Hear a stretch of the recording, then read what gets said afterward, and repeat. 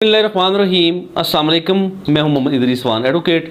दोस्तों, पंजाब के शहर खानीवाल में एक इंतहाई अफसोसनाक वाक़या सामने आया है कि जिसमें एक 7 साल बच्ची जो सबक पढ़ रही थी, जो अपने कारी साहब से कुरान मजीद फुरकान हमीद की जो है किरत सीख रही थी, किरत पढ़ रही थी, तो उस बच्ची को हरासा किया गया उसी कारी साहब की तरफ से। और ये वाक़या इस तरह हुआ कि पहले एक दिन पहले घर में जब आके कारी साहब पढ़ाते थे तो उस बच्ची की वालदा ने अपने हस्बैंड से शिकायत की कि मुझे कुछ कारी साहब की जो हरकतें हैं वो ठीक नहीं लग रही। तो इस पे उसके खावंद ने उसे रोका, डांटा उसे कहा जी इस तरह की बात नहीं हो सकती, खुदा न खास्ता। तो फिर उन्होंने अपने लैंटर के अंदर, अपनी छत के अंदर कैमरा एक फिक्स किया। जब अगले दिन कारी साहब पढ़ाने के लिए आए घर में, तो जब बच्ची कुरान पढ़ रही थी तो वो लोग उस कमरे से दूर किसी जगह पे थे। तो जब बाद में देखा गया वीडियो में, तो बच्ची के साथ वो कारी साहब गलत हरकत कर रहे थे और माजरत के साथ उन तमाम कारी साहिबान से, चूँकि सारे लोग ऐसे नहीं होते, हम ये कह सकते हैं जी कि 99% लोग ठीक हैं, माशाल्लाह बहुत अच्छे हैं, बामल लोग हैं।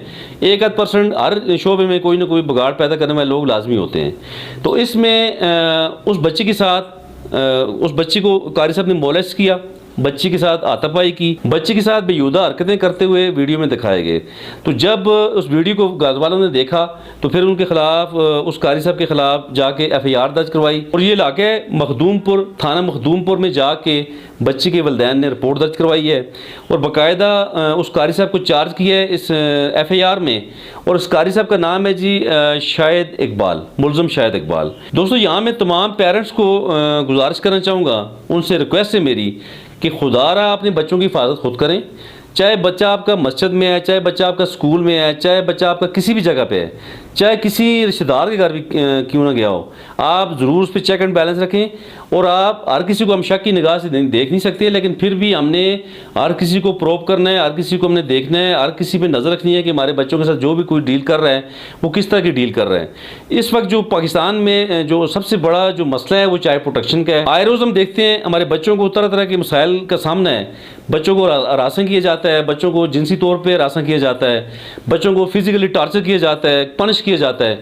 तो इन हालात में हमने अपने बच्चों की हिफाजत के लिए खुद खड़ा होना है, हमने अपने अदारों का साथ देना है। और यहाँ मेरी स्पेशल गुजारिश है उन उलमाए कराम से कि उलमाए कराम हमारे लिए एक इंतहाई काबिल एहतराम है, हमारा बहुत बड़ा एसेट है। हम उलमाए कराम से दीन सीख रहे हैं और उलमाए कराम पूरी दुनिया में दीन की शम्मा रोशन कर रहे हैं। और इसमें उलमाए कराम की सबसे ज़्यादा जिम्मेदारियाँ भी हैं, चूँकि जो ऐसे वाक़यात ऐसे मजहबी लोगों के हमें देखने को मिलते हैं वो एक दफ़ा होते हैं और हज़ारों के बाद एक आध कोई वाक़या हमारे सामने आता है। हज़ार लोग ठीक हैं, हज़ारों के बाद कोई एक शख्स इस तरह की हरकत में मुलव्वस होता है। तो हमने उन लोगों में नज़र रखनी है और इसमें तमाम उलमाए कराम अपना किरदार अदा करें।